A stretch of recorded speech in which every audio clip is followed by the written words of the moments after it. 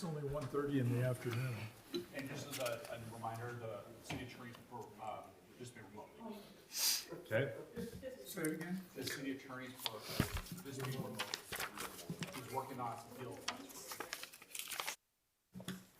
All right.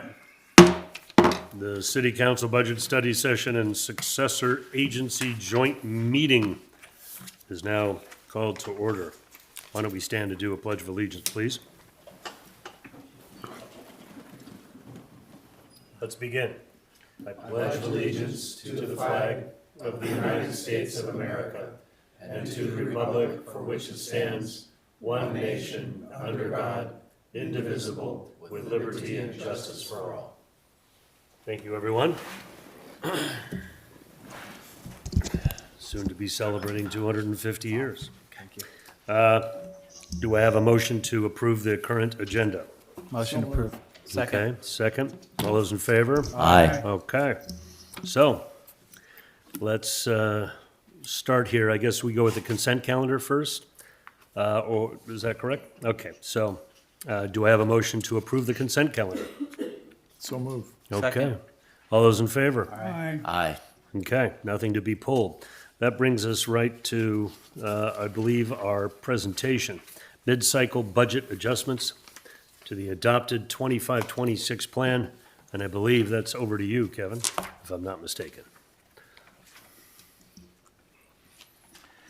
Good afternoon. Thank you, Honorable Mayor, members of the City Council. For your consideration today is our mid-cycle budget update. And today, we're going to be looking at our financial overview. And because it's a study session, we're also going to be taking some time to look at how the budget was formed, some of the common questions that we get during the budget process, and of course, what the mid-cycle, that's what we're all here about today, is going to look. So our new financial outlook going forward. Mr. Mayor, as I move forward through the presentation, I would like to make 2 points of clarity. One, this is a study session, so it's a little less formal. So if council has any questions as I'm going or staff's presenting, please let us know and we'll answer accordingly. In addition to that, our Finance Committee met last week to hold a public meeting, to have public comment, to make sure we had a good amount of citizen engagement. And they did a deep dive into the budget as it's being amended today, and they have recommended for you to consider it as amended for adoption. With that, looking at our fiscal overview, the new budget increases the general fund surplus to about $6.3 million. We recognize that as about a $1 million increase over your currently adopted budget, and over the next 10-year period on an extremely conservative fiscal outlook, we should be able to generate about $66 million in new cash coming into the city. One of the things that the City Council did last year during its budget process is decide and come up with the budget surplus distribution. And I think this is my personal most favorite slide of the presentation today, because I regard it as the City Council exercising fiscal responsibility and essentially telling our money where to go, rather than, as many cities, wondering where it went. And we'll talk more about that and the impact that this distribution has as part of the presentation today. This is from your strategic planning slide. You've seen this already. Last year, we finished up the year with about $96 million in cash citywide. We do have special key cash reserves. These are funds that we can jump right into of about $88 million. As you can see, we finished with last year with the general fund in excess of the minimum reserve requirement of about $20 million. And capital improvements had almost the same. And our capital reserves, which we'll talk about a little later today as well, finished the year with about $29 million. Our fiscal overview, looking at all of the grant funding. We talked about last year, we had about $5 million in monies that we've received. We have another 18 million already approved for shovel-ready projects as we start doing our capital projects. And we have under review right now in excess of $27 million being reviewed for additional capital projects going down the road. Our city general fund loan, that was the loan the general fund provided to the former redevelopment agency, is all but paid back this year. We've received 12.1 million.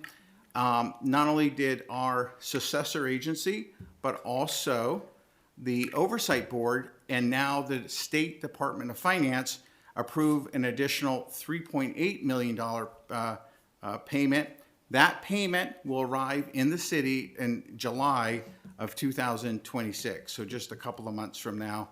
And then the remaining payment of about 1.8 million will be requested for the very next ROP cycle and will arrive in the city and complete the loan in July of 2027. Mr. Mayor, can I ask a brief question? please. Are all of those monies, the loan update, received and approved and remaining monies, does that all go into the capital improvements account for the golf course? Or into a special fund for the improvement of the celebrity course?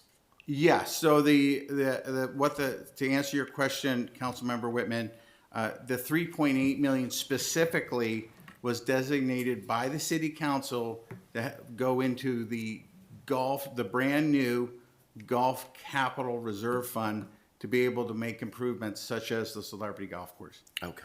Yeah, thank you. Great you. question, sir. One of the questions I get asked all the time about the formation of the budget is, well, what kind of budget do we have? And about 9-10 years ago or so, the city changed from a departmental budget to a program budget. And I'm so glad that we did. Since then, the program budget has been a valuable communications tool with our residents. Under a program budget format, our residents or other members of the public really don't need to know anything about city budgeting or city finance. All I ask is that they be interested. And so they could take a program like, for instance, our public safety, our police program. And if they're interested, they could look at that tab in the budget and they see all of the goals that the council has set for the police department, including all of us staff, we call the WAMs, the work activity measurement or workloads that they do. We have all the direction that they're going to do. And as you see, we have a very detailed budget itself. So not only does the budget emulate the city's all the journals fund from the capital fund, excuse me, I'm messing up a little bit, but it also breaks down additional detail under each account line item. So we have a very, very detailed budget that is essentially letting the public know how the sausage gets made. The budget process is all about public engagement and communication. So generally, under the 2-year plan, we start in February about how, with the strategic planning workshops and moving on, so on and so forth. By March, the budget's under development. And in April, we start to have at least one, maybe two, public discussions with the Finance Committee about approving it. And finally, we end up to here where we are today in May, looking at a study session to be able to judge that. Now, today, we're just doing the mid-cycle, so this isn't the full budget review that we would do during the development. This is just the mid-cycle. So today, you'll have the opportunity to amend the budget as you please, and then adopt it as the expectation. When we do the full cycle budget, there is the option to adopt it in May, and we often do that. But once in a while, we also, council needs a little more time, and the public might need a little more time. And we have the option of adopting it in June as well. Some of the other common questions I get during the budget process, probably the number one is, where do our property tax dollars go? Most residents know that they're paying the County of Riverside for the property tax, but they don't really know what the County of Riverside does with the property tax dollars. And as you can see there, the overwhelming majority, about 59%, goes to all the schools. Now, our school district in Indian Wells is the Desert Sands Unified School District. They get that lion's share, but also there's the College of the Desert gets a share, the supervisor of schools gets their share, and there's about 3 or 4 special taxing districts just for the school districts. The largest single share goes to the County of Riverside. That's they keep about 20% of all the money. Special districts make up about 12%. There's about 17 special districts, including a Desert Recreation District, a Coachella Valley Water District, Coachella Valley Cemetery, and so on and so forth, that have a distributed share as well, which leave the Indian Wells city itself, and we'll talk about the value of tourism in just a moment, to get less than 5 cents per dollar. It equates to about 14% of the total general fund revenue coming in, which means that all the other funds need to come from tourism.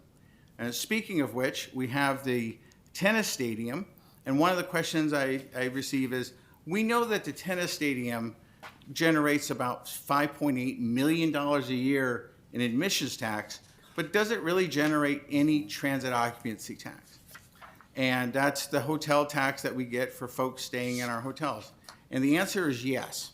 During the tennis tournament, during March, during that tournament period, the tennis folks alone, the folks staying there, generate about $1.3 million for that month in regards to transit occupancy tax. Can I break in? Those are the players and the coaches and the referees and the people. Those are not just visitors that happen to have tickets. These are people that are actually working at the tennis garden. Those folks are included as well, but the majority of the 1.3 million is from guests staying at Indian Wells hotels to watch the tournament unfold. Okay, fine. Thank So you. it's a combination of, it's, okay, fine, now I understand, thank you. You're welcome, sir. The next question I get is, does the golf resort contribute May I have anything? another question, please, on another question on Indian Wells Tennis Tournament? I've seen that number as high as 10 million. So what would be the difference between, say, 7 and 10? What revenues would be included in the sales tax? There's sales tax as well. There's a large share of sales tax, and I'm not, maybe a 10 was a rounded number, but it's all in, it's a very large number. There's sales tax, I think that's offhand, that's probably it as well. Probably 400,000 in sales tax, as my memory serves. Thank you. So the next is, does this golf resort itself contribute anything as far as generating hotel room nights during the season? And that answer is yes. In fact, the golf resort golf rounds themselves constitute about 20% of seasonal hotel round stays and contribute about $2 million a year annually as part of that transit occupancy tax collection. That is distributed primarily between just hotel room stays, folks staying at the hotel, plus where a lot of our tournaments, about 80% of all the tournament play that the golf resort generates actually ends up staying at the Indian Wells, one of the Indian Wells hotels. The next issue is, let's look at the revenues being generated in the current budget that we have today. In the general fund, as you can see, we have about $30 million budgeted in our general fund revenues coming in. The lion's share, about 44% of that, is the transit occupancy tax. And then, as I spoke earlier, you have the emissions tax, and then a property tax round out to about 14%. Mr. Mayor, to your comment just earlier, when you look at the total budgeted tourism dollars, that constitutes transit occupancy tax, admissions tax, and I include sales tax. And the reason I do is about 85% of all the sales tax generated in the city comes from tourism. So you can see here, just under 70% of the revenue coming into the general fund is based on tourism dollars. This is where we spend our money. So this is the outgoing flows. Our general fund expenses for that year was about $25 million. We had originally a little over $5.3 million surplus. The single largest share is our general government expenses. And these are more specifically all of our admin costs and the programs that make that up. And that includes the city council's program, the city manager's program, our legal program, the finance department's program, and so on and so forth. So those are the general government expenditures. Public safety is the single largest program that we have, with about $7.2 million going out for police services. Public works is about half of that, and community development's about half of that again. And fire is paid for by the property tax, not by us, is that correct? I'm so sorry, sir. We don't pay, the city doesn't pay for fire suppression, that's done through the property tax. I mean, you don't have fire there. Yes, great question. Yes, sir. You're absolutely right, sir. Our fire suppression is in a special fund, and we collect 3 different types of restricted revenues. This is why it's in a special revenue fund, specifically for fire suppression. So that's not part of the general fund at all. That's correct, sir. But police is. And police is, because there is no restricted revenue at this time coming in for police services. Thank you. Question. Kevin, can you very briefly, off the top of your head, tell us about the upward trend in the cost of Sheriff's Department services? Yes, sir. I know So- I'm catching you cold. No, and you're I not. We're apologize very for good. that. We're very good. So when you look at all of the revenue, all of the general fund revenues, I'll get to your point by sharing you this way. So one of the things that we have to have in Indian Wells is a large amount of general fund revenue coming in. You see that as being over $30 million a year coming in. And the reason why, in all but public safety, that revenue growth every year is about equal to the growth that we have in expenditures as a total. Not every line item, but most, with the exception of public safety. Public safety grows at a much faster rate than any of the underlying revenues that I have coming into the general fund. And so I need to have more revenue growth I need to have more revenue in the general fund, quite simply, to kind of keep pace with the increases in public safety. On average, it's about 7.2% per year. If I may add, Kevin gave earlier on the 10-year projection of how many million? 67. $67 million. That is inclusive of that, on average, 7% increase, and we're still having that surplus. So Kevin does monitor that as part of the 10-year projection, that we are keeping pace beyond, as far as revenues, beyond that of expenditures for public safety. And despite the fact that we enter into a contract with the county for Sheriff's Department services, the amount we pay is not necessarily fixed. There's a true-up that occurs, and it's difficult to predict what the actual expenditure will be from year to year on our contract with the Sheriff's Department. Councilmember Sanders, you're correct. I'll just leave it at that. Okay. So our next slide is, let's talk about what's actually changed since we originally adopted the budget. So what we'll be talking about now is we'll be looking at a general fund increase. I've shared this with you earlier, that we expect our surplus to increase by $1 million. We've also engaged a workforce realignment plan where we've been able to reduce operating costs. We'll talk about that. The new budget provides $375,000 a year for regional housing programs. And this is one of my most important points. The golf resort itself, even though we are contemplating the the rehabilitation of the Celebrity Golf Course, it remains profitable, number one, amen, and two, it complies with all of the council member metrics, and we'll be talking about that as well. The next thing I'd like to finally, we'll round out that moment with talking about a new strategic plan that we developed through the Finance Committee, and I'd like to share some of those thoughts with you as well. Our general fund surplus, as I said, the original budget pushed us about 5.3 million. We're looking at increasing that to about 6.3 million. The increase comes from a revenue increase, mostly in transit occupancy tax of 1.6 million. I'll show you that slide right here.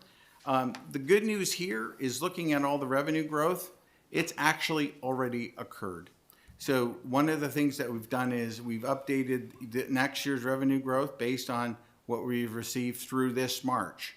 So even though our hotel partners have said April was fantastic and May looks even better, those numbers aren't in yet. So this is a very, very conservative view of what we expect our revenues to be able to generate. You see a small increase in admissions tax. We were pretty spot on about that.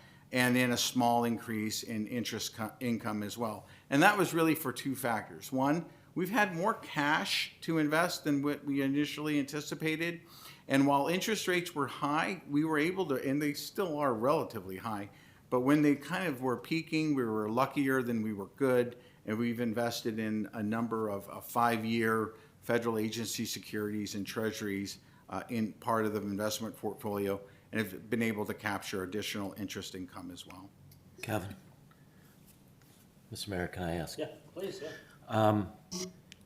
As to the TOT increase, two questions on that. Number one, do we know whether that increase, which is pretty substantial, $1.6 million, that's over and above our budget, correct? Yes, sir. Okay, mid year. Do we know whether that increase is from the increase in price or occupancy, or a mix of both, or what is the mix of both? We do. So the lion's share of the increase is in the actual rate, so higher rates at the hotel, and we are now beginning to see an uptick in occupancy as well, which is always a good thing. I favor occupancy over anything, especially during the shoulder and the summer months. Second question, and I'm not asking you to break this down, but do you know, can you break down how much of that increase is attributable to each hotel? Yes. Okay.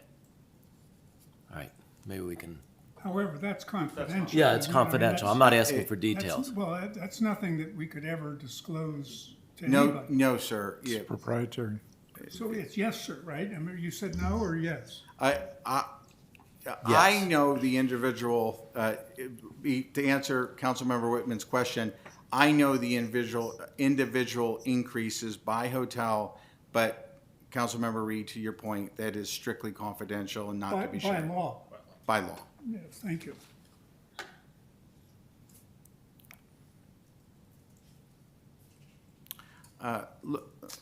Looking at our expenditure, we've exercised a large amount of expenditure discipline.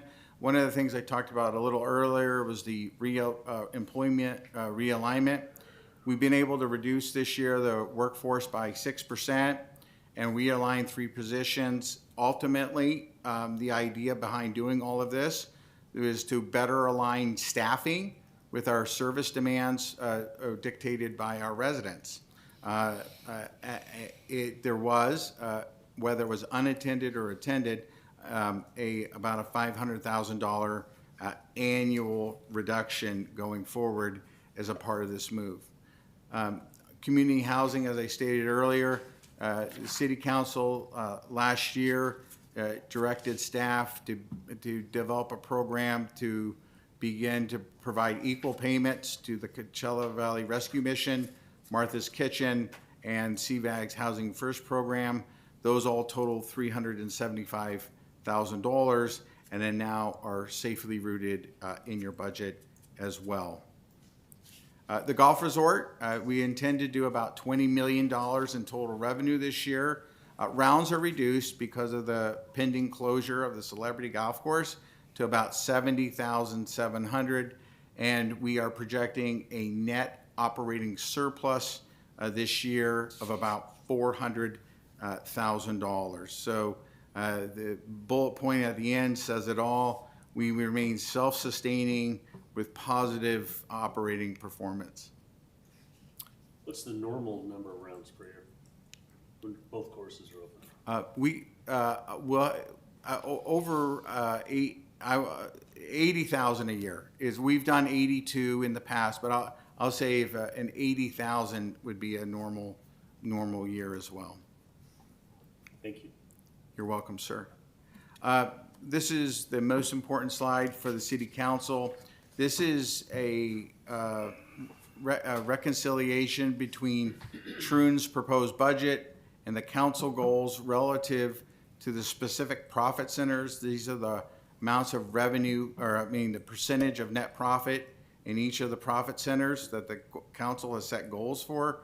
And as you can see by looking at the variance column on the right, that the Troon team has met all or exceeded all, with the exception of the food truck and the snack bar. And if you remember last year, we spoke about this, and we were talking about perhaps reducing that council goal. I asked council at that time to press the pause button. We talked about the fact that all of the business coming from the food truck and the snack bar and even the beverage carts themselves is almost 100%, predominantly anyway, driven by rounds. And that we were going into a construction year with the Players Golf Course, and that we should table this discussion. I think we should table it again this year, and the fact that we are going headfirst into a tear down of the Celebrity Golf Course as well. I will put a bug in your ear. One of the things that we've been talking about is, now that the Players Golf Course is open, and we kind of can see the impacts of the returning round of nines, especially with the Players Golf Course. The snack bar has taken on, it's been clearly shown to be very successful in that own right. And when we look at the food truck, the snack bar, and the beverage carts, all of those three profit centers, they all share the same revenue type funding from rounds. They all share the same menu, all share the same cost of service, essentially interchangeable labor. And so one of the things we've been contemplating is maybe consolidating those and creating a new profit center, something like food and beverage from outside services, or outside services, food and beverage, something that would delineate food and beverage being earned on the golf course through predominantly golfers as well. Our next discussion is, I wanted to have a discussion with you regarding the strategic position of the golf resort. As you know, the golf resort is our largest strategic asset. It's our largest city's asset. It supports tourism, as I've demonstrated previously.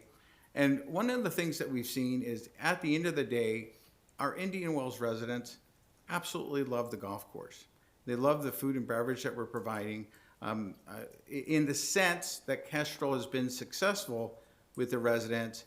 As you know, the residents were kind of walking away or not supporting the View restaurant.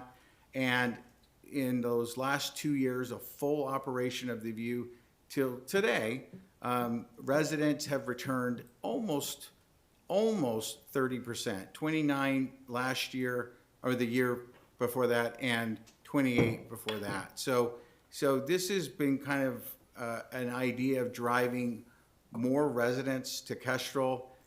Based on all of that, I was wondering with the city council if I actually stopped short, if I didn't contemplate this whole thing. As you know, during strategic planning and at your last council meeting, when council approved the remodeling of the Celebrity Golf Course, at least that first step, we cobbled together for the council, I cobbled together about $17 million in cash, saying that this would be the place that we would pay for, whether it was the Celebrity Golf Course or the car park or any of the putting green improvements and all of those things. And the question I have of myself is, I wonder if I stopped a little short. And meaning, because this is our largest asset, should we really have a plan to develop a long-term capital reserve program at the golf resort? And maybe over the next 3 or 4 year period, generate something between 20 and 25 million in reserves. One of the things I was thinking about is, at some point, this council, maybe another, will want to redo the pavilion. And at some point, this council or another will want to talk about the rehabilitation of the clubhouse. And one of the things that we do with our 5-year capital plan is all of the city's cash, our portion of the cash, we have funded all in advance.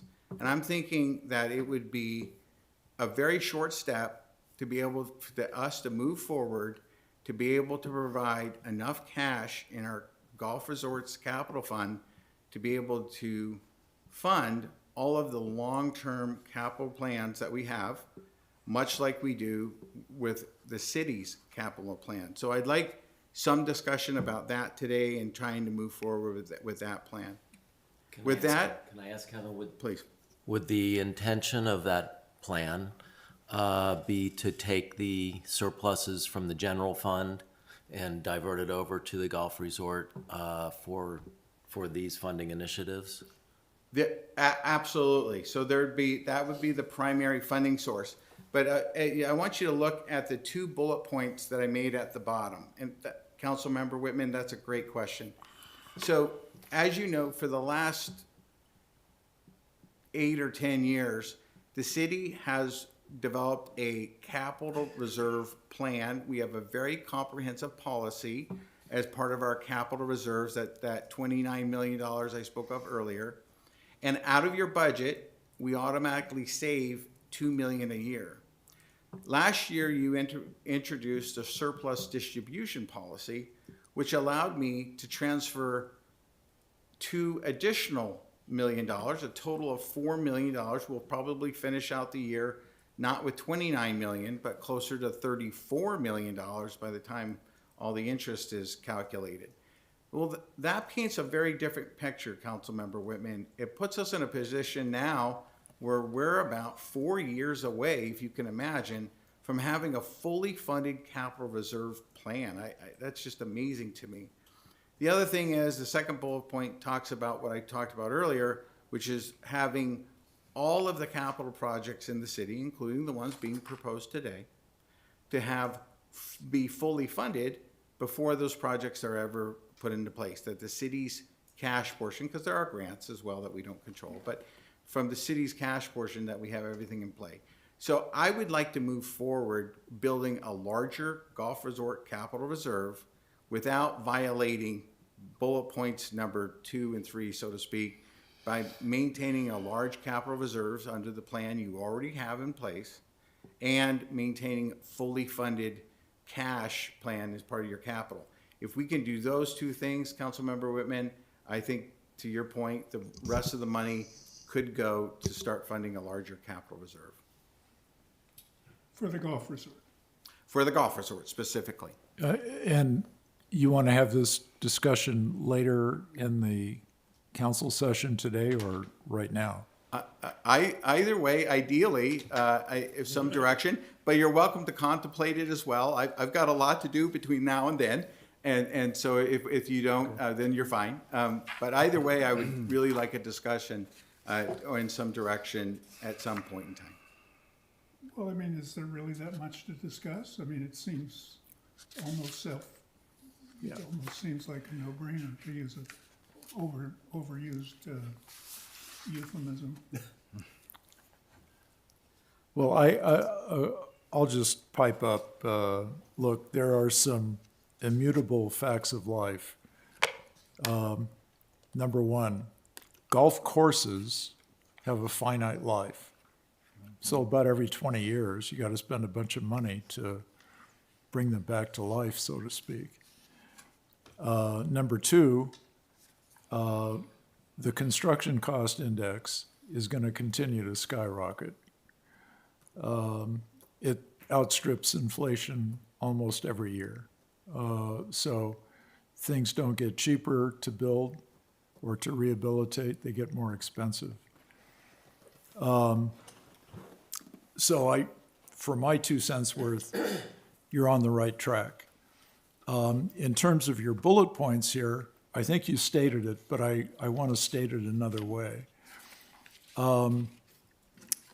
Priorities, a sense of priority or a mandated set of priorities has to be put in place. So what gets funded first?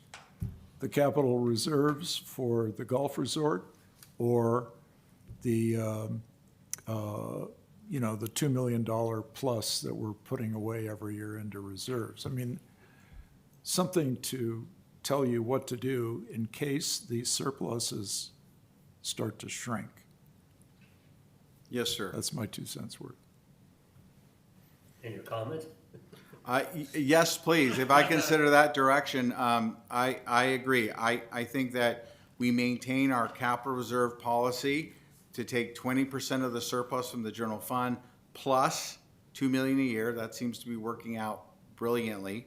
And then maintain our goal of having every capital project that we do in the city paid for in advance in cash and have those reserves available to us going forward. Is if we maintain those latter bullet points, then the remaining balance could be very fairly distributed to start creating a larger golf resort capital reserve. And the other thing I just point out is that it is our largest asset and it depreciates. To Councilmember Sanders, you pointed that out, whether it's the golf course or the clubhouse, those items do. And as we've seen with coming up with the rehabilitation of the Celebrity Golf Course, there isn't a lot of revenue generation or ROI on repairing sprinklers, redoing the irrigation system. It's just to maintain that those assets are going to continue to throw off the surpluses that you've seen. That is the construction of the banquet kitchen. I don't expect to have a massive increase in ROI. I expect that we maintain one of the golf resort's largest profitable revenue generators in the future to come. Then why would you make it the last priority? Why would you fund everything else first and only give that whatever's left over? Why wouldn't you at least make it 50-50? Well, thank you, sir. Yeah, so I think that coming to the end, seeing that end of the hallway, so to speak, with the capital reserve plan and developing I think we can do all of these three things. Maybe I'm very secure in our ability to do all three things. No, That's but that's not probably the it. question. The question that the councilman asked was, what do you do if all of a sudden it dries up and you don't have enough to fund everything? Which gets funded first? And I heard you to say everything else gets funded first before the golf course, and that doesn't sound reasonable. Well, there are other items in the surplus finance. For instance, like pension, our pension surplus is so high right now that we could table that back. And there's other things that I've determined that building the golf resort capital reserve takes precedent or priority over it. I just want these 2 bullet points to have at least equal setting, and that the other 2 or 3 bullet points that I mentioned could take a back seat while we're building these reserves. If I may add, Councilmember Reed, and that is, this is something we will be reviewing on an annual basis. If we see that there's shortcomings in any of the reserve or any of the efforts that we're making to put more money into the golf fund or into the other reserve pots, the council, either next year or a future council, can always adjust that in order to adjust it based on those comments you just made. Does that answer your question? It does, yeah. Very good, thank you. Yeah. And in that line, first question is, what happened to the, I'll call it the surplus of the surplus, I guess is what's being discussed here. What happened historically to the surplus Do we just keep it in the bank and get interest on it, or instead of putting it into the golf course capital reserve, this new idea of having the golf course capital reserve, do we just leave it in the bank, so to speak? So historically, we've had our reserves. So one thing is, all of the funding of the reserves, the city has historically never used any of that money. So we've only made deposits. We've never made withdrawals. The general fund surpluses or the cash on hand has always traded between the general fund and the city's capital investment fund, the CIP fund. And as we've increased projects, as we've done over the last 3 or 4 years, those funds have been used to pay for those capital investments that we're making. So there's this ebb and tide between the city's general fund and the capital reserve fund, and making sure that's fully funded as well. So was the golf course capital needs funded out of the general capital reserve fund in the past, or just on an ad hoc basis out of the general fund? It was funded out of the city's capital fund, and until last year when the city council formed the golf resort capital. We've only formed this last year. Right. So this is a new capital reserve fund specifically for the golf resort, and that's the idea that I'm trying to express Increase. that we want to build up. Yeah. Okay, I got it. But for additional context, Kevin, we haven't had a surplus of $12 million in our history. Is that correct? That's correct, sir. So the point is, if we've made $1 million or $2 million in surplus in the past, it would be pretty easy to allocate. Historically, it has been easy to allocate those funds into whether it be, retirement initiatives or cost initiatives, et cetera. So we're in kind of unprecedented territory economically, having this large a surplus that we are now forecasting to continue at some level.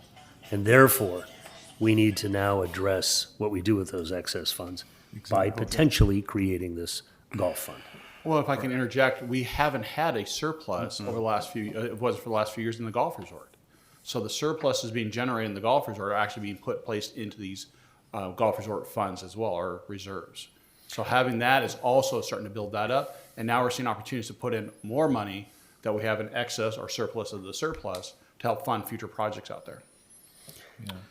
To the mayor's point, let's not live in a fool's paradise and think that the surpluses are going to last forever, because they won't. Number one. Number two, it sounds like we're allocating a lot of money to the golf resort. But case in point, the pavilion is a cash cow. But the business that we generate using the pavilion is becoming exceedingly competitive. More and more people, organizations are getting into the wedding business and other similar types of events that we host at the pavilion. We've had weddings where the couple getting married, or the parents or somebody, is putting up an extraordinary amount of money. There was a wedding a year or so ago, if my memory serves me right, it cost $125,000 paid to the golf resort to host the wedding. We don't have indoor plumbing at the pavilion. My God, you have to walk outside the pavilion, go over to the snack bar if you want to use the restroom. To me, that's not being very competitive going forward. It's a problem that we have to fix. The HVAC system at the pavilion doesn't work very well in the summertime. In fact, it doesn't work at all. So that's something that we're going to have to fix in order to remain competitive. Schlepping the food from the restaurant, the Kestrel restaurant, out of the restaurant, across the bridge, and up to the pavilion to serve the people who are attending an event there, it's cumbersome, and it really doesn't look very good to the guests. So we need a kitchen there. It's all in order to make or to continue the competitive nature of the pavilion. We really need to focus on that and keep that cash cow going.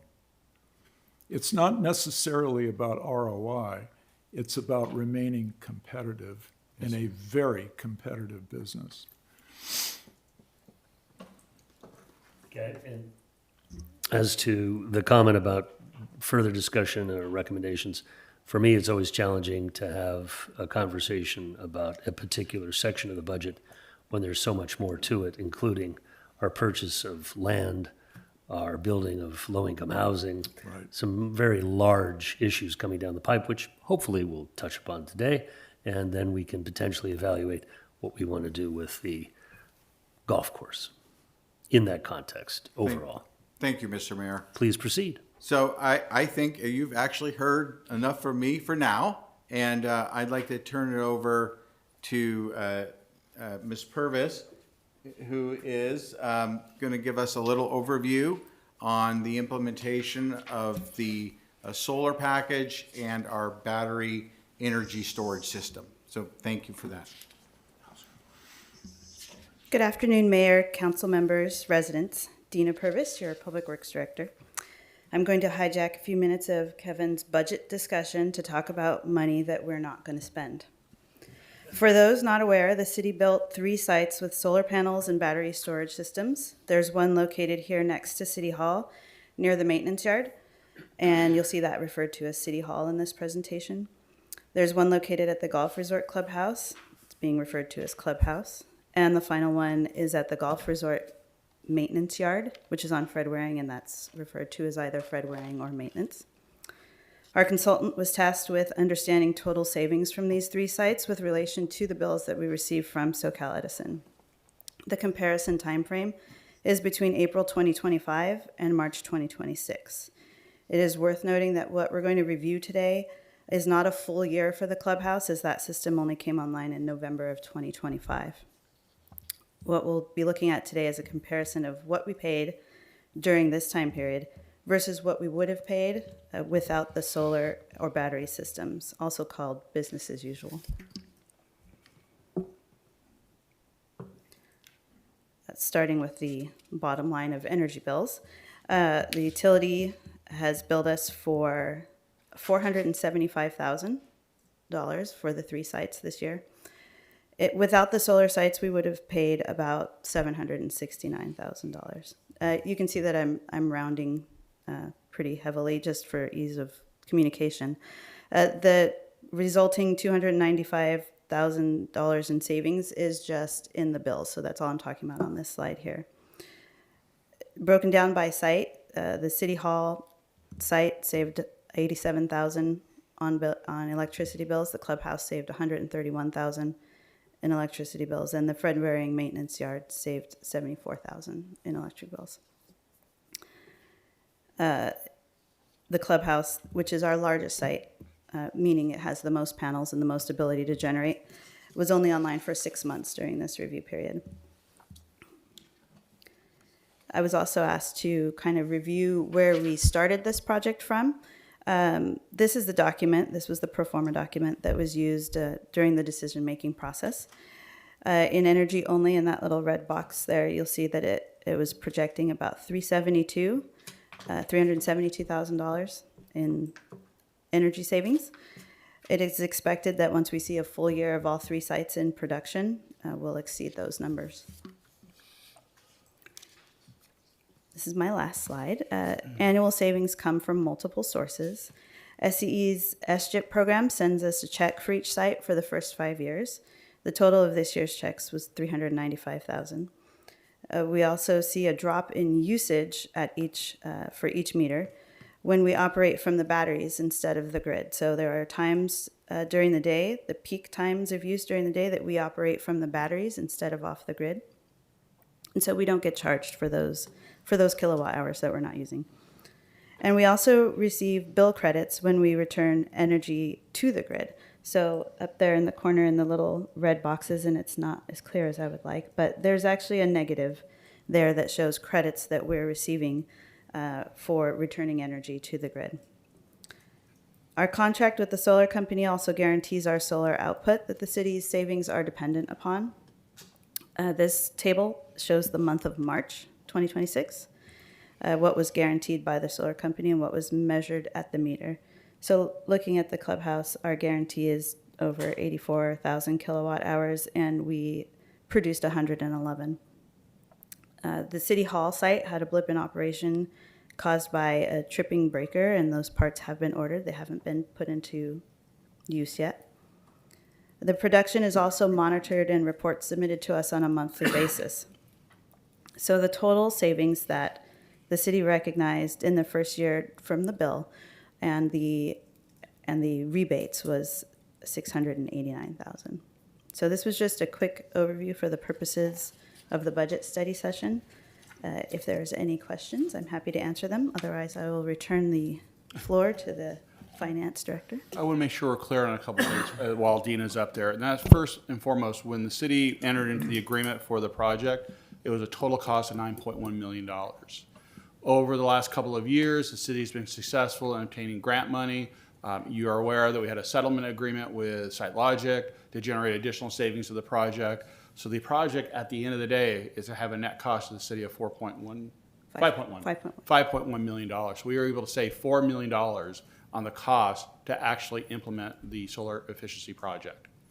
And then based on the information that Dina has shared is, once you have a full year at each and every single of the 3 sites, we're going to greatly exceed the savings both in kilowatt hours and dollars that was projected in order to justify that $9.1 million investment.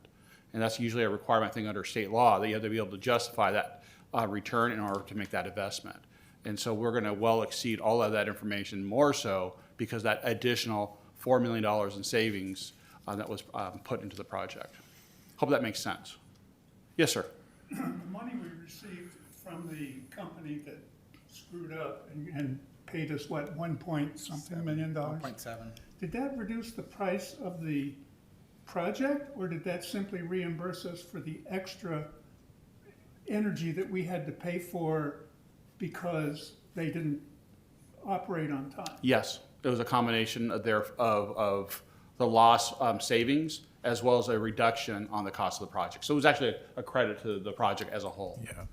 But Of 1.1 million or whatever, you've combined the two, or how have we done this? Oh, Dina. It was a combination. Yeah. There were credits for our O&M agreement, so we're not paying for our operations and maintenance agreement for the first 5 years.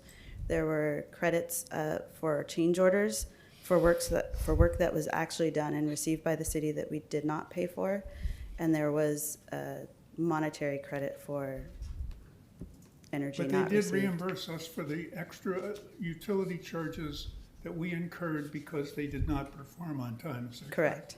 Thank you. yeah, and just to add to that, we did incur utility charges that we didn't anticipate because we thought the project would be online sooner. But we pick up that savings at the end. We In did. other words, it keeps on generating electricity And Yes. so eventually, I don't know, what was our life cycle projection for this? The total on the performer, I think, was about 25 years. Yeah, I was going to say 30, but maybe it was 25. So if it's 25 years, we'll continue to, in all probability, save money after the 25th year, which will make up for anything we had to spend on the front end that we didn't receive. And with those reductions that we just shared, your paybacks will be even quicker. But the numbers, then I did the math on it, and it pays for itself in roughly 12 to 13 years. Yeah. Yeah, exactly. And that's assuming energy stays the same price. Correct. Which it will not. That I can guarantee. Yeah, my recollection is admittedly faulty, but I think when this was originally proposed to the city council, we were looking at a savings of about $600,000 a year in energy costs, and we're already at that point. In addition, the contractor's inability to perform did delay the project, but it made us eligible for a new program that came out from the IRS, in which we were able to qualify for another million something, 1.3 Yeah. million seven in credits. So The law of Helped us, unintended yes. consequences. One more question. I know you're working on this, but we've got 3 wells at the golf resort.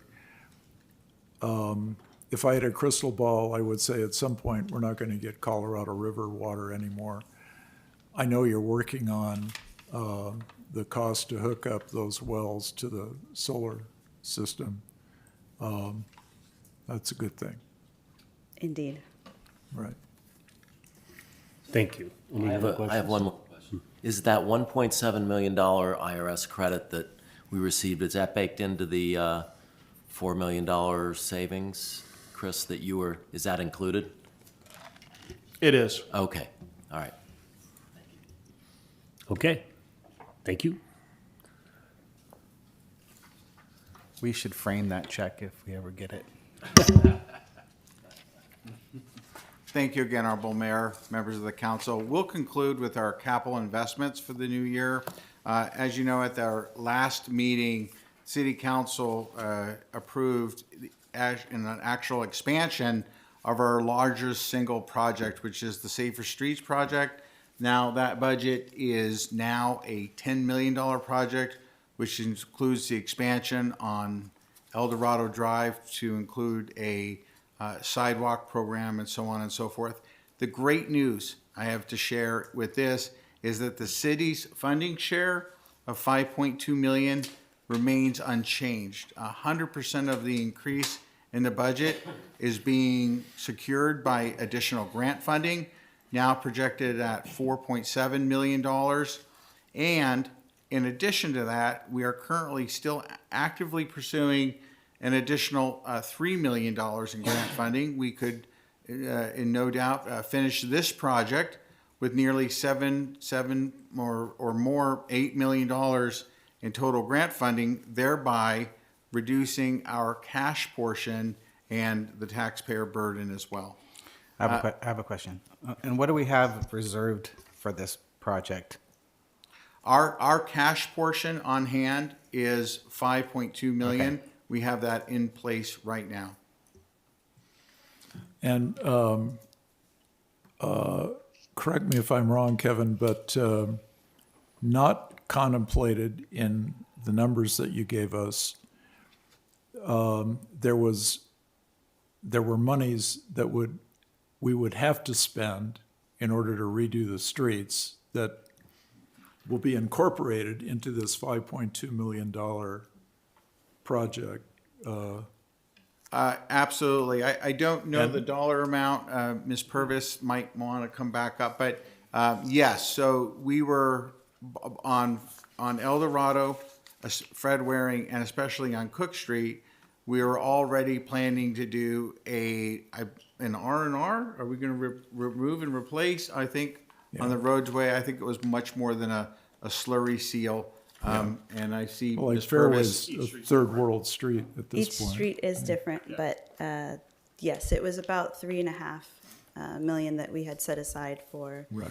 the reconstruction of all 4 streets. Right. So these additional improvements that we're talking about, the net is a lot less than what one might conclude just looking at these raw numbers.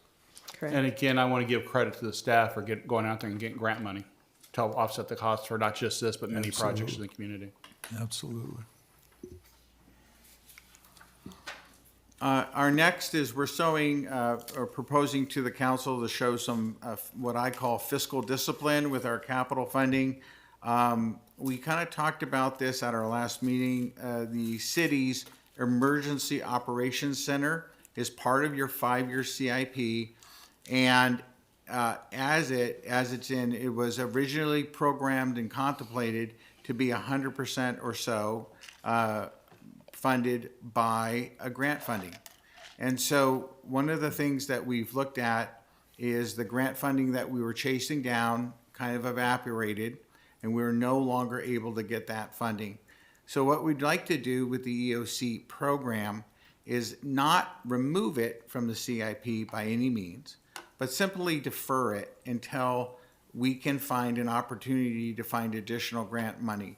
Staff believes that on a state, local, and even on the federal level, there's so much funding specifically for these types of emergency operations centers that there is all probability that we could be very successful with another grant to be able to process and put together a revise or revisions to a new EOC center. And by doing that, it tables the need to use any general fund monies in lieu of that or miss out on any particular grant funding. Are we shovel ready in case the money shows up tomorrow? Oh, we are not, well, Dina? No. No, we are not. But We will haven't done be? any design work. We're doing some reassessing of the actual need of the EOC, Oh. whether it is an expansion of the current one, or if there's opportunities to do some improvements actually to this facility here at City Hall versus over at the fire station. Okay, well, why wasn't that part of your presentation? I mean, okay, very Yeah. good. That's a good answer. I wish it had been part of the presentation. Understood. Understood. So with that, I will conclude with our key takeaways here. Revenues currently are outperforming our projections. We are actively managing our expenditures. We've implemented the new workforce alignment program to better serve our citizens. And our capital projects, of course, are reflecting a financial discipline as well. So with that, the council has 3 options. The Finance Committee recommends adopting the city's budget as it's been presented today. You also have the option of making additional modifications or providing additional direction. The last item for the agenda is a discussion on sponsorships. During our Finance Committee meeting, the Finance Committee spent a lot of deep dive time looking at all of the sponsorships that have been provided to opportunities that were provided to the city during this current fiscal year, and have made recommendations for funding that would go into this year's city budget. And that's the discussion that the Finance Committee would like to have with you today, is what sponsorship opportunities should be going into the budget for this next fiscal year.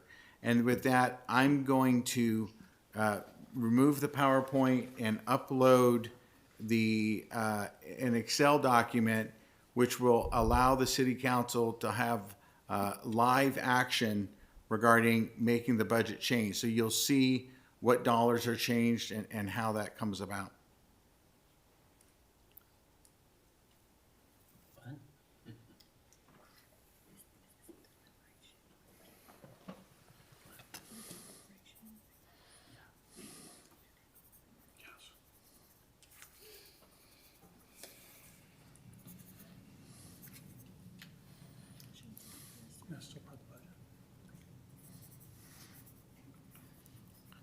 So what you see here essentially is looking at our sponsorship opportunities.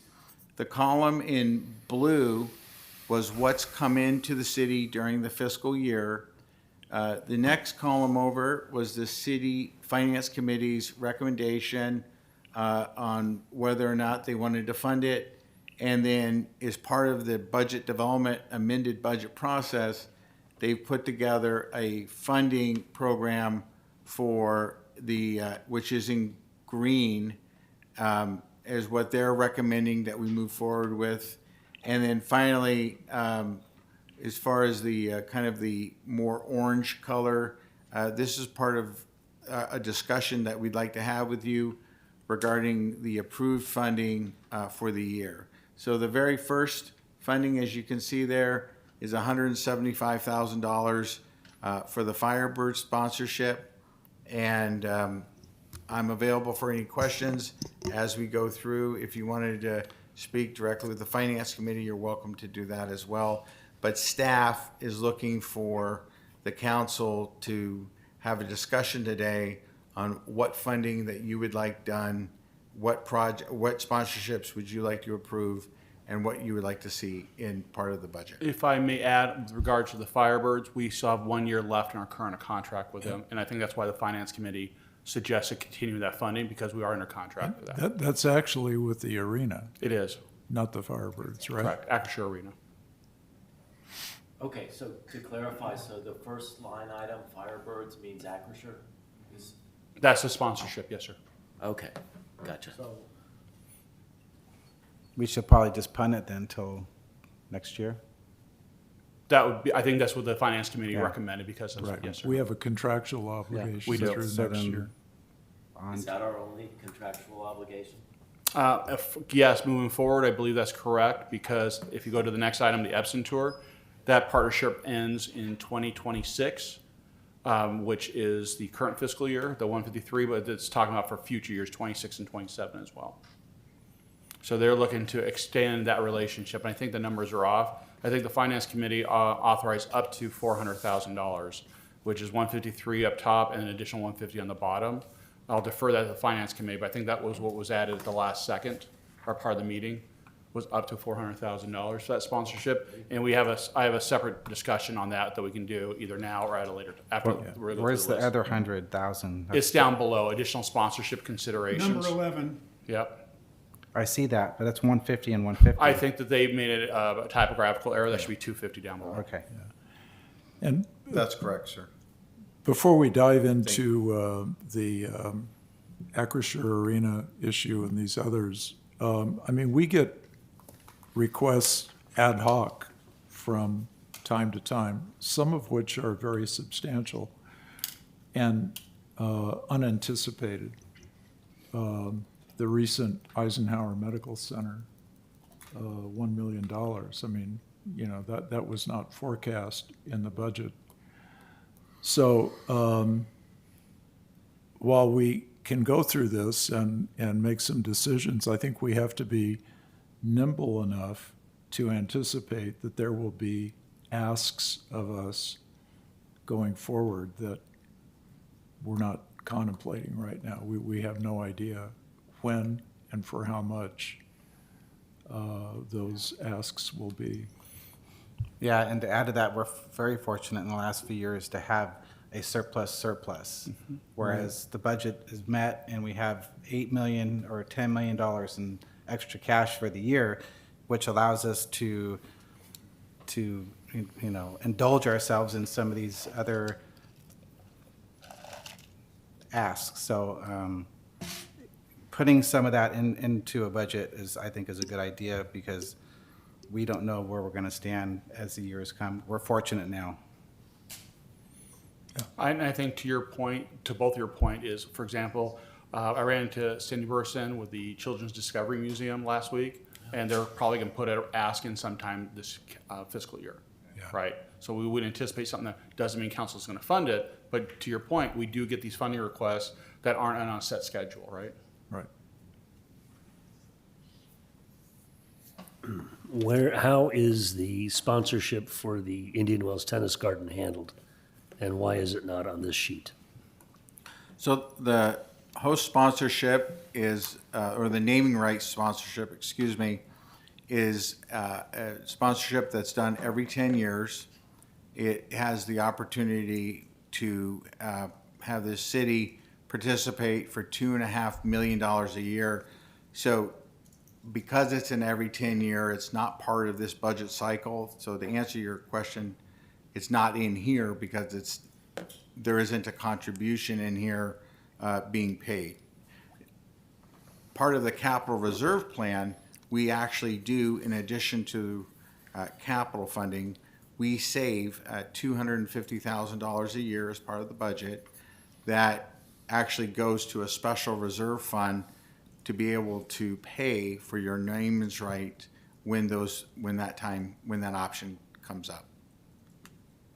Are there any other sponsorships that are on a contractual basis and not mentioned on this slide? No, sir. Okay.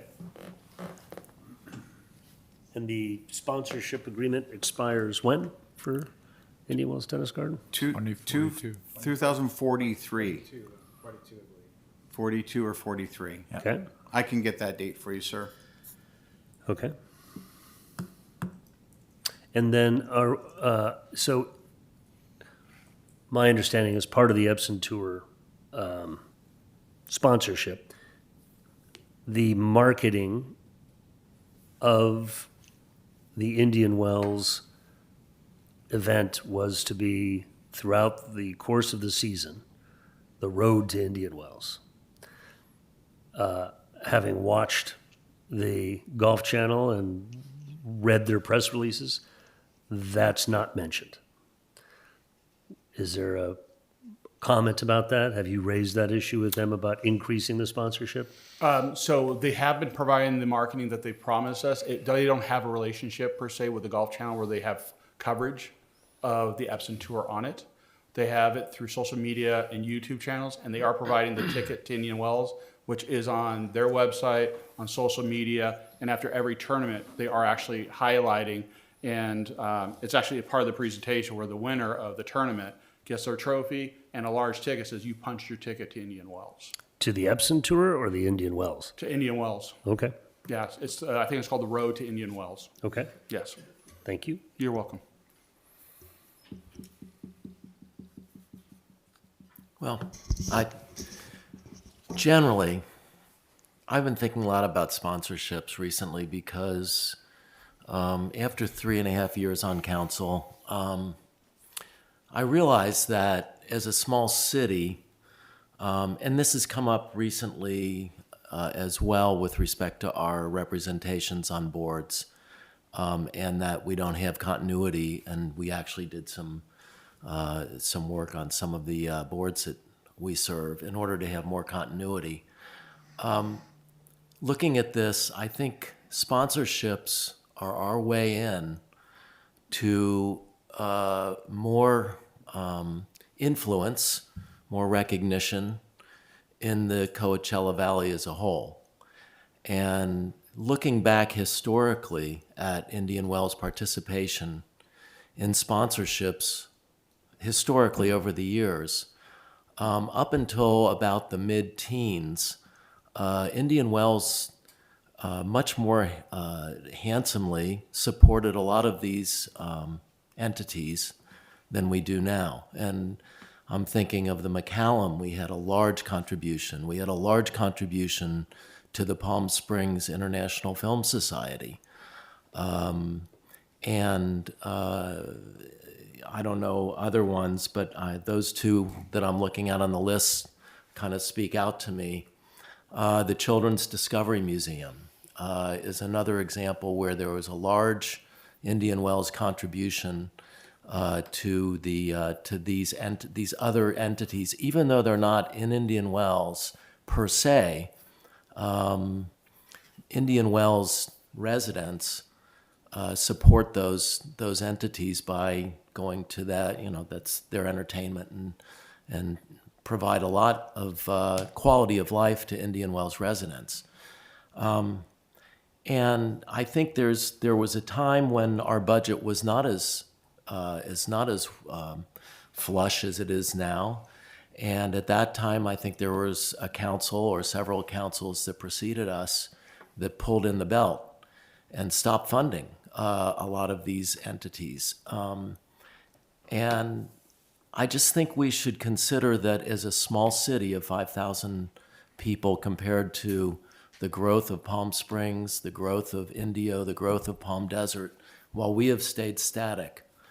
And as we have rotation of our mayor and so on, I'm concerned that we don't have the stature that we had at one time in the valley, if you look at the history, and that one of the ways that we can retain or recover some stature is to get back into the game. Since we do have surplus now, I think we ought to get back into the game more, and I'm looking at all of these sponsorships that were not approved. I think almost all of them are worthy for us, and that we ought to seriously consider being in the game. Because if we're not in the game, we're just a closed-in city that doesn't have any stature or influence in the valley. So, Can I add to that, Mr. Mayor? yeah. Sure. I agree with Councilmember Whitman, but I come at it from a little bit different angle.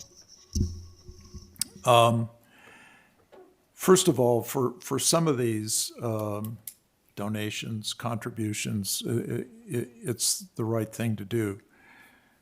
But I always look for an opportunity to make investments. And what I mean by that is we need to be supporting those organizations that draw tourists to the valley. And we need to make sure that the Indian Wells brand is front and center. We pay for an employee at Visit Greater Palm Springs, for example, because we want to make sure that Visit Greater Palm Springs is putting Indian Wells out there front and center when they advertise around the world to bring tourists here. So rather than donations for many of these, I think we need to view them as strategic investments. We live and die on tourism. We just went through a very brief explanation of where our monies come from, our revenues.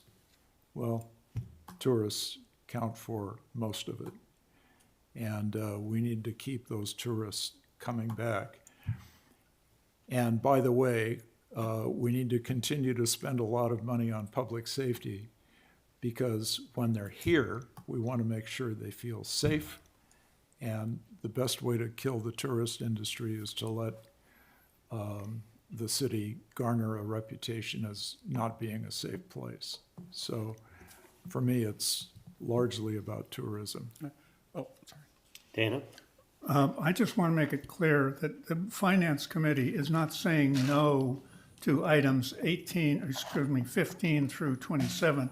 We're just saying, no, let's not put it in the budget. Let's wait and see what they ask. Let's see what they're going to do with the money. Let's see what they are going to give us in return.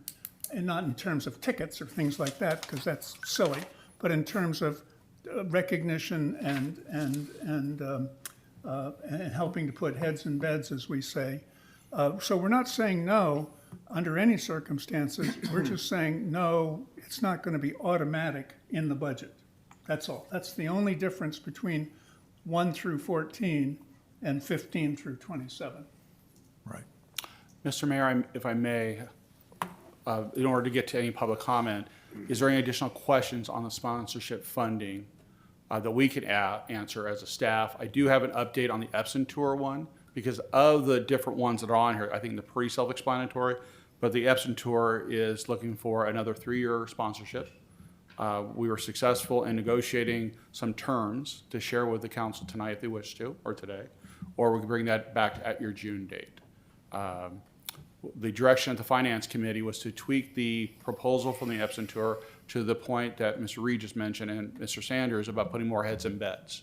And so they have a proposal, which is less than the 400,000 the Finance Committee suggested, and to reinvest more money into Indian Wells directly. So that means more money into the golf resort, more money into our hotels. So in essence, our sponsorship would almost be a break even to the revenues that come back into the city, was one of the focus of that committee. And there is a strategy behind that. There is, of course, with our efforts to try Which we and could lure the talk about. LPGA here. Why don't you share? I can. Mr. Werner, if you can put that up there, that'd be great. And then we can go ahead and share that with the public, and then we'll open it up to council questions and then on to input from the residents. So I think Mr. Werner has the slides.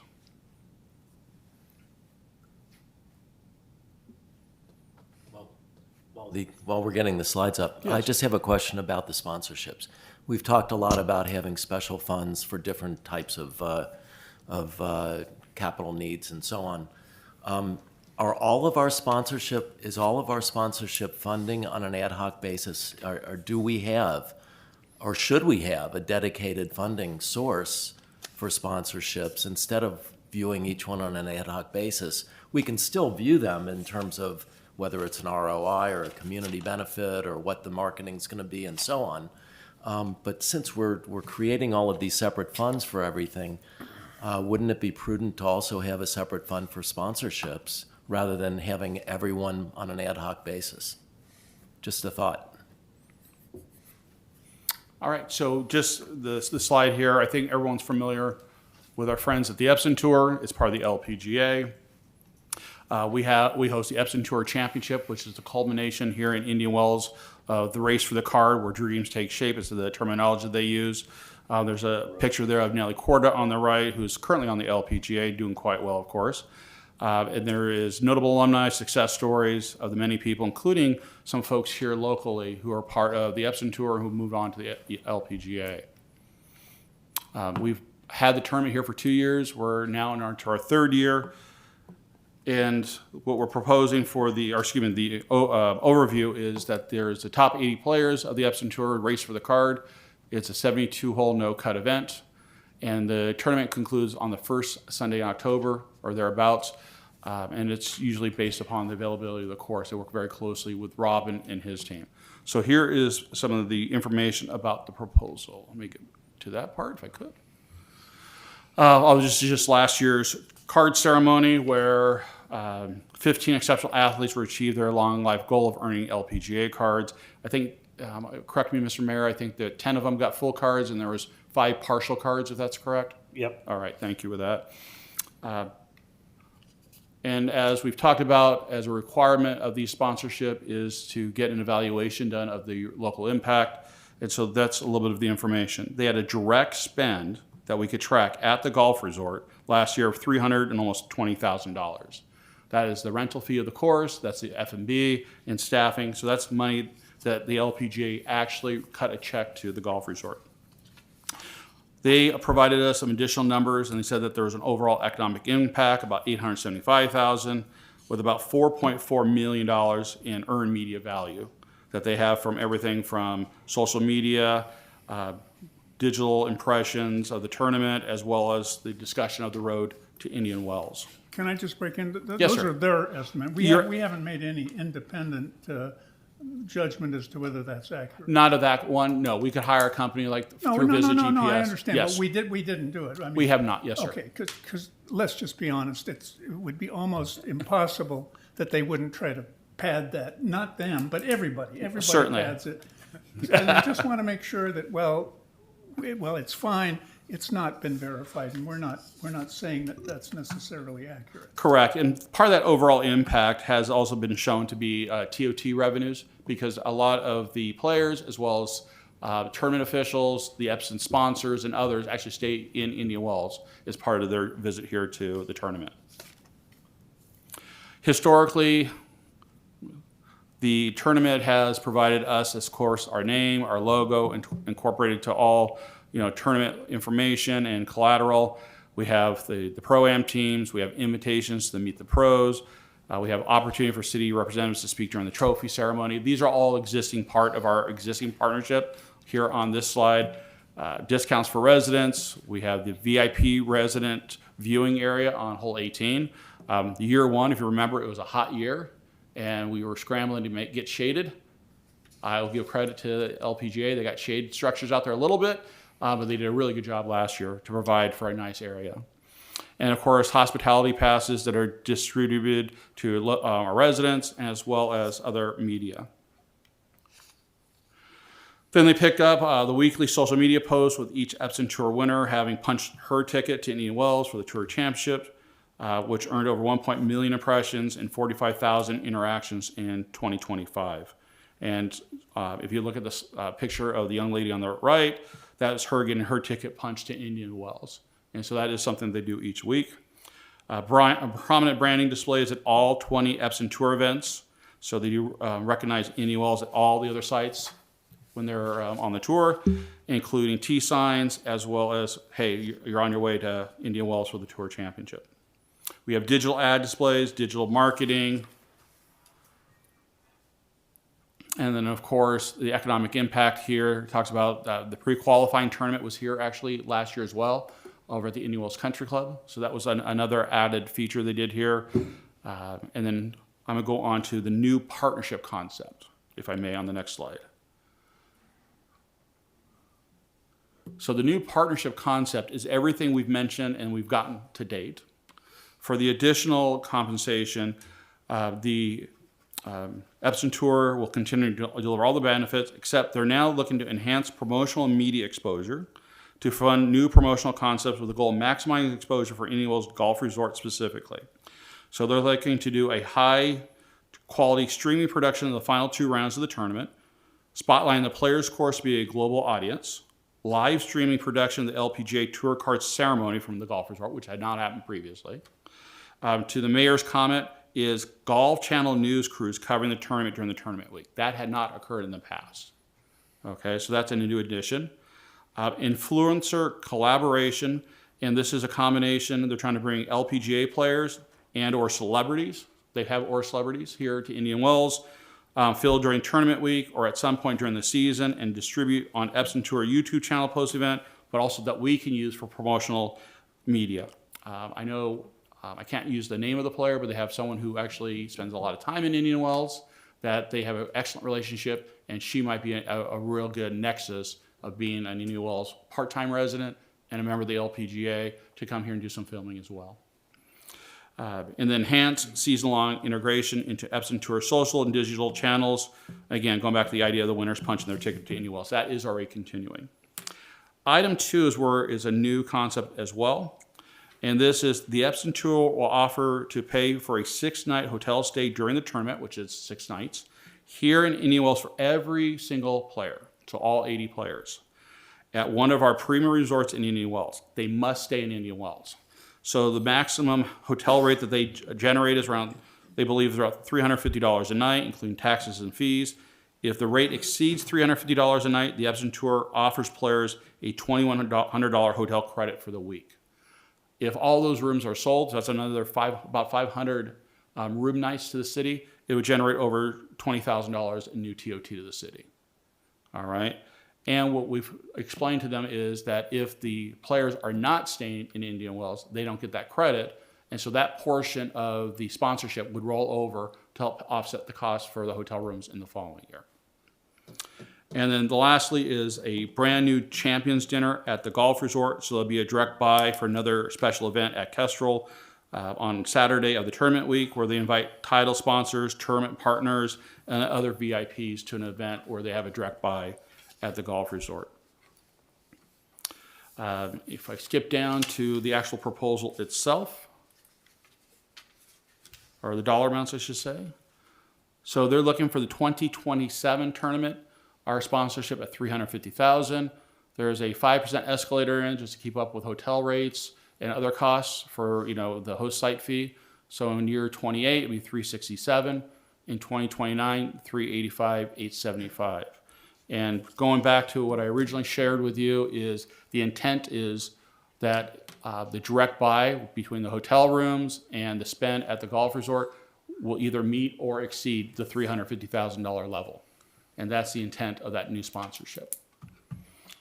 And with that, I'll do the best I can, answer any questions. But if you're okay with the sponsorship level, we can move forward with that and execute that with the LPGA as quickly as possible. But I do know there is some public comment we need to get to as well. Are we doing public comment first? We can, but if you have specific questions to this before we open up to public comment, all the budget items. Okay. My question's more about the budget and not so much the Epson tour. Okay. Fair I enough. think from my point of view, this, when we talk about sponsorships, to me, this is the kind of thing that serves the Indian Wells community, creates a broader marketing of the Indian Wells name, provides benefit to residents for access to tickets, and, utilizes our great assets like the golf course and the hotels, et cetera. I'm not, Helps the valley as a whole, really. and potentially helps the valley as a whole. In right? other words, it's an investment. Right. I'm not sure every one of those things on that previous list I would consider an investment, but I think from a model perspective, this is an interesting model. Okay. Do we want to? any other I have comments? one question. I can chime in. So I think I agree with Mayor Taylor here. My only question is we're talking about having two general funds, a golf fund and a city fund. Why wouldn't this be in the golf fund? So I'll ask Kevin to clarify, but most of your reserve funds are actually general funds. So even though we have a capital fund, it's actually general fund funded, correct? Yes, Mayor and Council, City Manager is correct. Okay, I understand that, but if we're trying to build general funds for the city and the golf resort, and we have everything over there at the golf resort with the food and the beverage and golf and merchandise, and then we're gonna have tournaments over there, shouldn't we pay for that out of that fund and then reimburse the TOT to that fund? So we have a real number of what that golf resort is generating?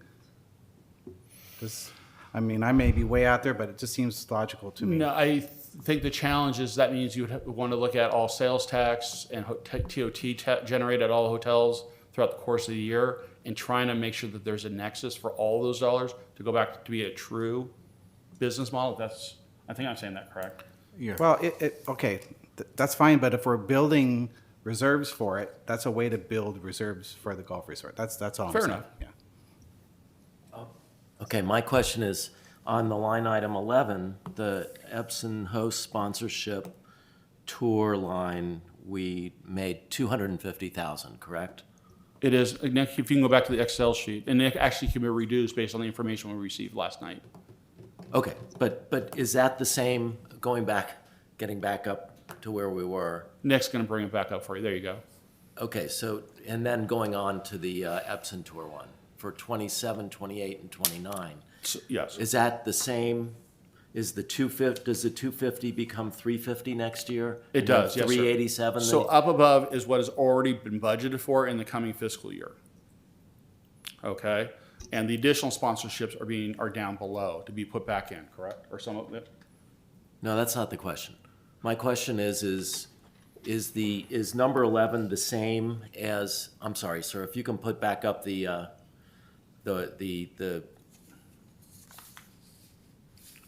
slide that we You're were talking assigned. about this slide, correct? Yes, that All but slide, the- the proposal slide. Yes. So the proposal cost for a sponsorship in 2027 of 350,000. Is that the makes same? up? It is. It's the 150 that was on the first line plus the 250 down below, and we're actually going to ask you to reduce that number based on this new information. Okay. So is the Epson host sponsorship tour sponsorship the same as the proposed presenting sponsorship fee? Is that the same thing? It is, yes. Okay. that's So if all. you add the two numbers, it's 400,000. We're only going to ask for 350. Okay, Well, this is wrong, so you can't look at okay, all right. this. Add 100. Okay. All right, Okay. Mr. Mayor? Yeah, so public comment would be for this particular matter at this point? Okay. Does anybody have public comment regarding the Epson Tour sponsorship? Or the budget? That was my question. Yes. We should open it So up for all let's conversation. just right now discuss the Epson Tour proposal? Does anybody have any public comment? I don't have any blue cards. Douglas Hanson did have a comment, but he had to step away. So if anybody in the audience would like to come up, we can take them now. Okay? Nobody? Okay. Back to us. Move approval? Second. Any other further discussion?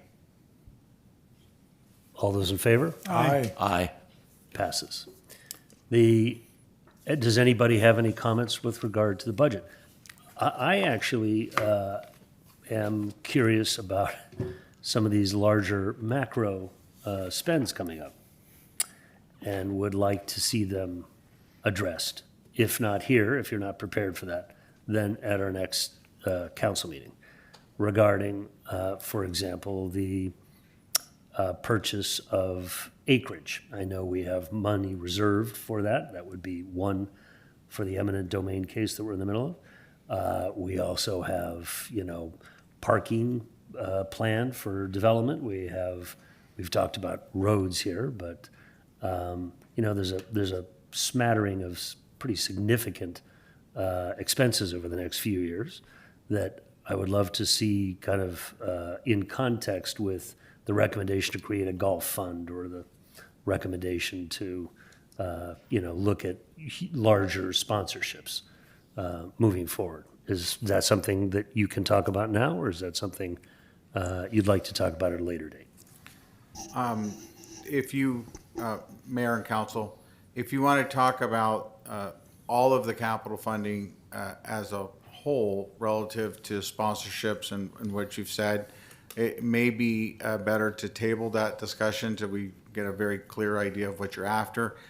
That said, staff, myself included, are available to answer any specific question on any of the capital projects that we have moving forward or anything being proposed as far as more of a line item basis that has been proposed in all of those adjustments that you have in your staff report. If you can give us some guidance on what you're wanting to ask, I think that could be helpful, because some of them we might be able to answer today, and others probably bring them back at a later date, depending on what those questions are. Right, so I'm not sure it's appropriate to talk about the pending litigation, but I know we have reserved funds for the value proposition that was made at the beginning of the process. But once we control the land, for example, building, low-income housing and to meet our arena credits is going to have to be probably a public-private partnership of some kind.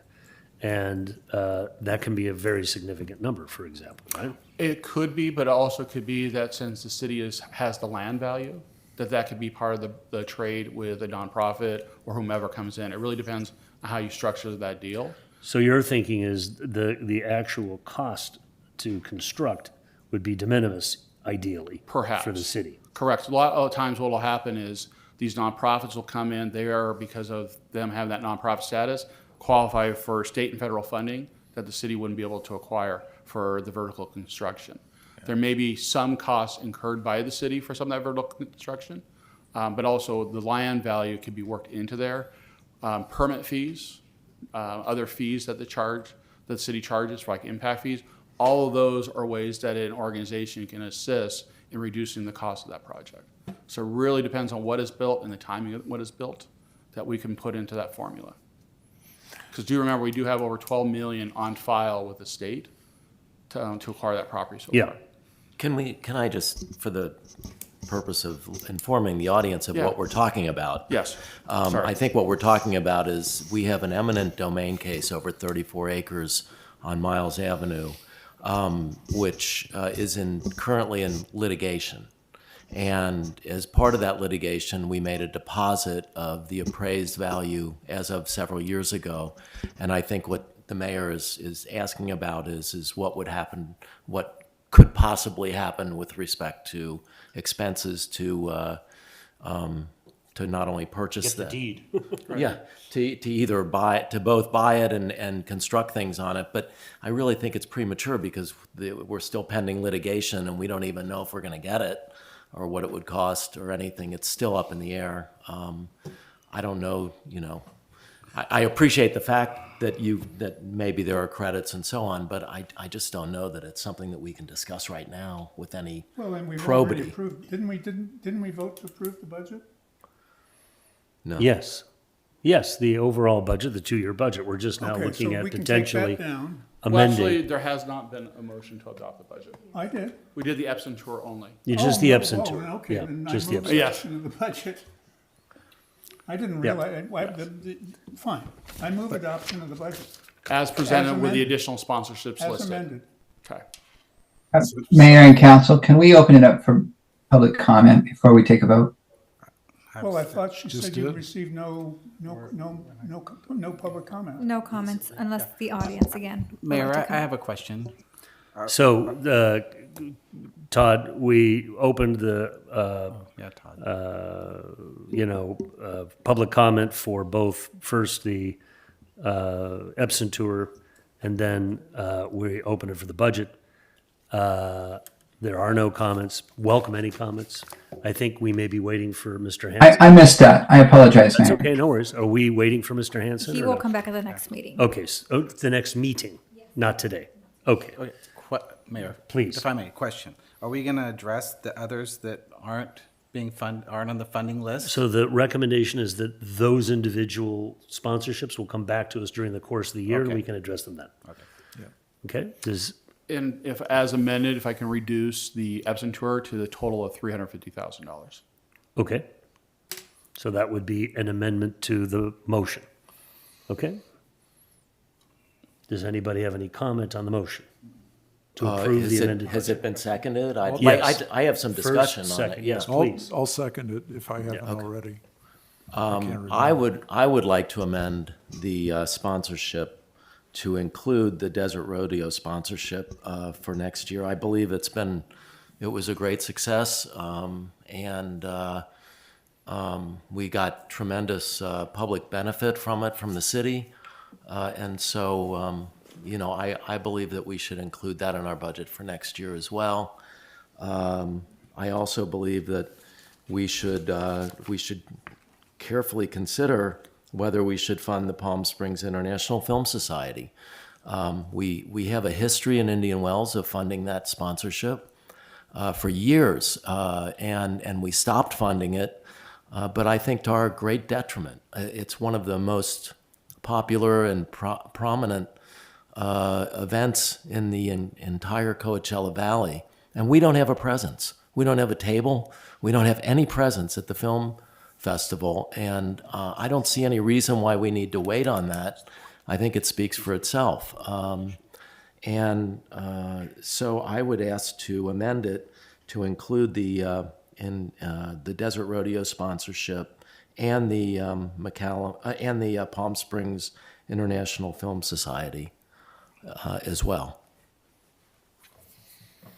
So we have a motion to amend the motion. Do we have a second to include those two items at this point in time versus in the future? I'll second it for discussion purposes. Okay? So, Finance Committee, you specifically did not include these two originally, thinking? On the rodeo, this is a new endeavor for us. And I've gotten feedback, it's well attended, it's very professionally done, and the future bodes well for this event. What I'm interested in is whether the sponsor has stepped up and provided us the degree of advertising that was promised when we approved the grant. So I would include it with a caveat that we really need to hear from the rodeo sponsorship, the entrepreneur who's putting this on, and have him show us what we've gotten in the way of advertising that was promised. Well, there is a requirement under our sponsorship Right. program that they do that within 90 days, and we haven't been 90 days yet. Well, but- then can't we wait until they report it in, and then if it's favorable, you can make a motion and we can add it at that time, as opposed to putting it in the budget today and then having to take it out. I'm not hung up on process. I'm just telling you what my view is. And what was the that's all. thinking on Palm Springs Film Festival? Look, we did somewhat of a dance with them. In fact, we've done a dance with them for 2 or 3 years. We've requested that they hold an event here at the city.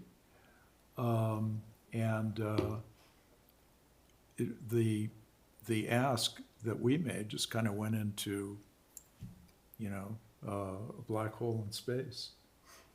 I'd like to sit down with them and figure something out. I agree, we should be a participant, but the flip side of the coin is we can be a very good host for at least one event that they put on. And I think they at least owe us an answer as to whether or not they can do that. Sometimes, sometimes we have to go first. Well, Dana? okay, they have events in Cathedral City. They obviously have events in Palm Springs. They have events in La Quinta. We said, look, bring us in. We want to participate, and we got completely stonewalled, which is fine. I mean, it's their event. They can do whatever they want. But I would like to see how much is La Quinta giving, because they have an event. How much is Cathedral City giving, because they have an event. Both of those cities are 7 or 8 times as large as we are. They have events. I don't think they're putting in $50,000.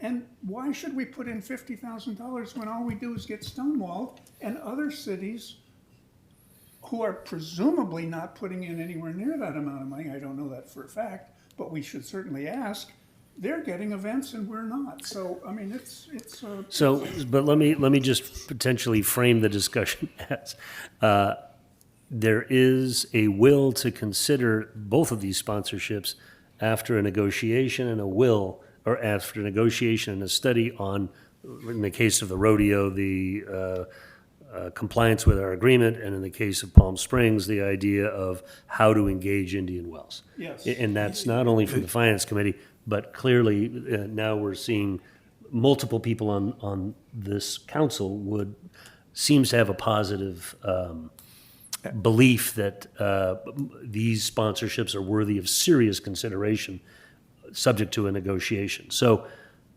I don't know, that probably doesn't satisfy you, but it satisfies me that I think it would behoove the city to enter a negotiation with these two and others versus agree to put it in the budget today.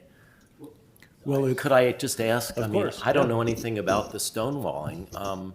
What are we talking? What are the details, or what are the specifics? Okay, so of stonewalling. I don't know anything about that. I'll let me just respond from my side. So I had a meeting, Chris and I think, had a meeting a year ago with Palm Springs.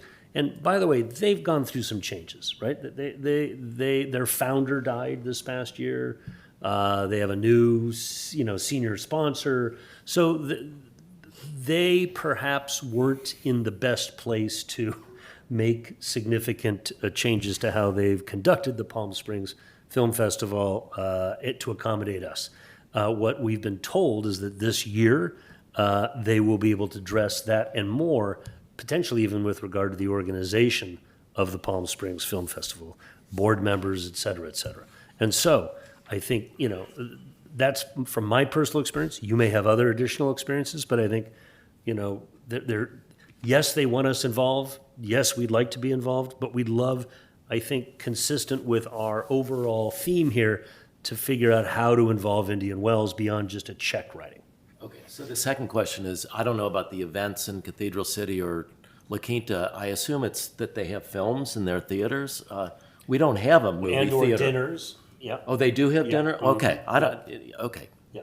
So, let's get the answers to your questions. yeah. Yeah, and what we're discussing here, I think, is separating these two events from the others where there's a no. In other words, we put them into a completely different category. There's obviously a sentiment on the part of a majority of the council here to do something with them if we can reach an accommodation with them that makes sense for So us. let me propose, but yet a further amendment, which is to say, let's approve the budget as is, but let's also instruct the city to enter into a conversation with these two sponsorships to understand the possibilities of our engagement with them as sponsors. I second your substitute motion. And this would be the finance committee having these discussions, correct? The city and the finance committee. Okay. Actually, that would be a Brown Act body, so we'd have to do it in a public setting. Well, it would, but we normally have sponsorship conversations going through the I think, city. yes, through the city manager, that's not a problem, but if Right. you start including a certain committee, I'll defer to Todd, but that creates a Brown Act meeting.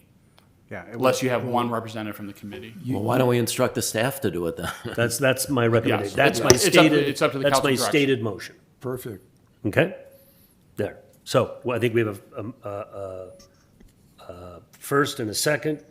Can we vote on this? Any further comment? Okay. All Would you those like in- to, would you like to restate the motion, This please? stated motion is to approve the budget as is with the sponsorships as recommended, but also instruct city to staff to enter negotiation with the rodeo and the Palm Springs Film Festival to understand how we can potentially continue or create an engagement as a sponsor with those two specific entities. Okay, all those in favor? Aye. Okay, Aye. passes unanimously. Do you want direction on the sponsorship or on the surplus? Does this bring us to kind of the conclusion here of this portion of our meeting? Almost the. We were, Almost. the one I thing, like yeah, almost. almost. Yeah, almost. We did, because we skipped through it in Yep. order to get to the end, there Yep. was that discussion about establishing the golf resort fund and putting funds into that. Is that something you want to table or have that, or continue that discussion and resolve that I today? move we adopt it. We still have to vote on it. We're voting on the. We already voted on We just did. we just voted, that was that best, but yeah. We just did. Yeah.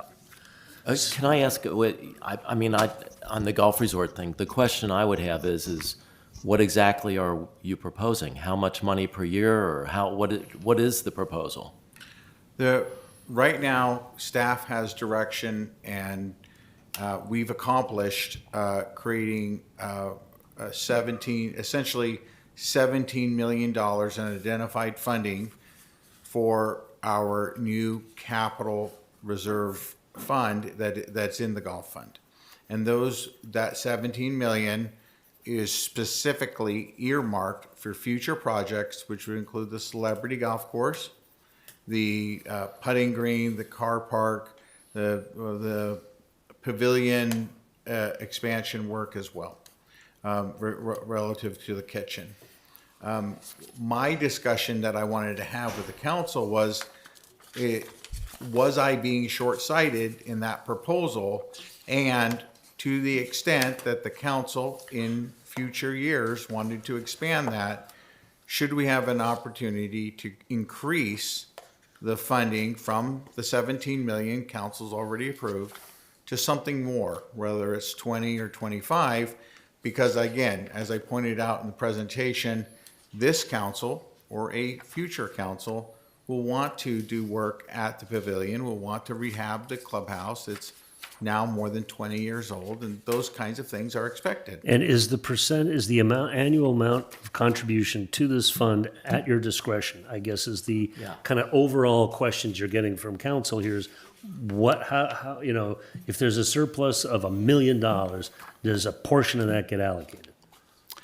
So what I was proposing was that we maintain the current reserves that we have relative to the capital reserve policy From the general fund. from the general fund, and our practice of having all of the capital projects fully funded. Once those two criteria are met, then we can now start funneling additional funds to From the the general capital. fund to the golf resort. Correct. Okay, fine. But that would be a vote of it's not automatic. It would be We a vote part of the on that, right? budgetary vote every 2 years or as amended between years? Every year. Is Yeah, that a percentage? Is it an amount? Is there a set amount like we're putting in $2 million a year? I mean, what are you asking us to approve? Well, I think what I'm asking you to approve is based on our annual surplus, which does pivot. So I can't give you a dollar amount. I suppose And I you don't could, want to do a percentage. and we could do a percentage for sure. That's not your recommendation. Right now, we're just trying to get discussion from the council on going forward. So But not spending any money.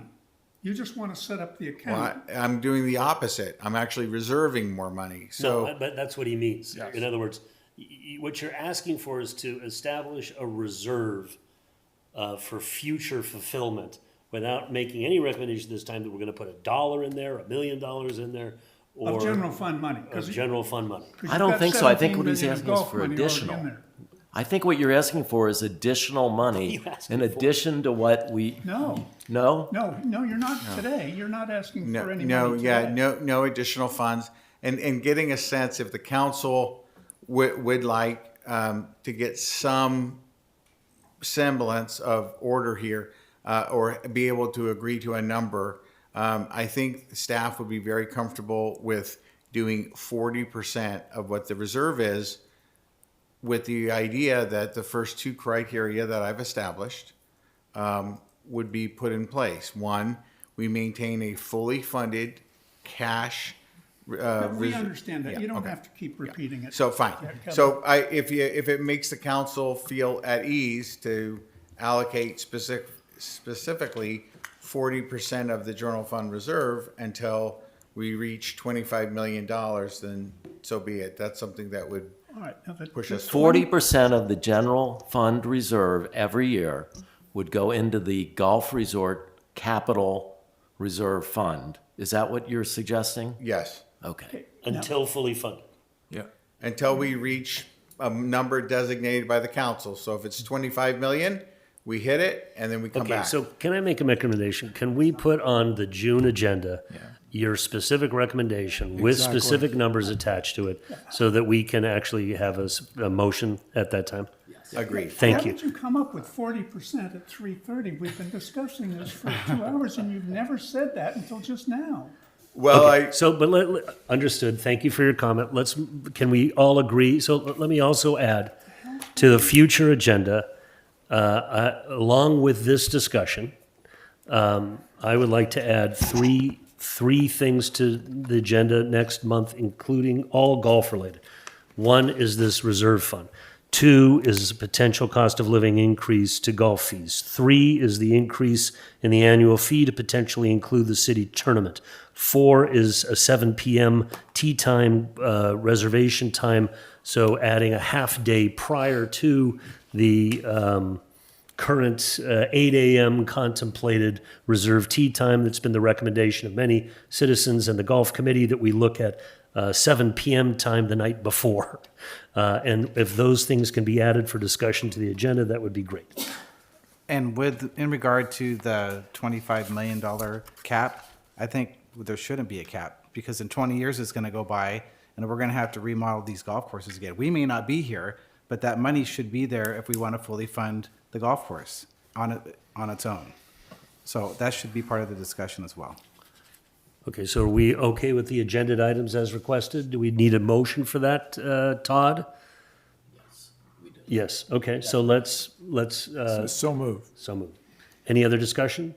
Okay, let's vote, please. All those in favor? Aye. So be it. We've Thank had you, an Honorable agenda. Mayor. Yes, indeed. I believe that concludes this particular meeting, and I thank you very much. When is our next council meeting? Next Thursday, I believe? At what time? 1 o'clock? May 21st at 1:30. May 21st at 1:30. Until then, thank you for showing. We're adjourning to a closed session. We're adjourning to a closed session meeting. Thank you very much. Thank you very much. Thank you very much. Good stuff. Yeah, it's a lot more than sitting up here discussing.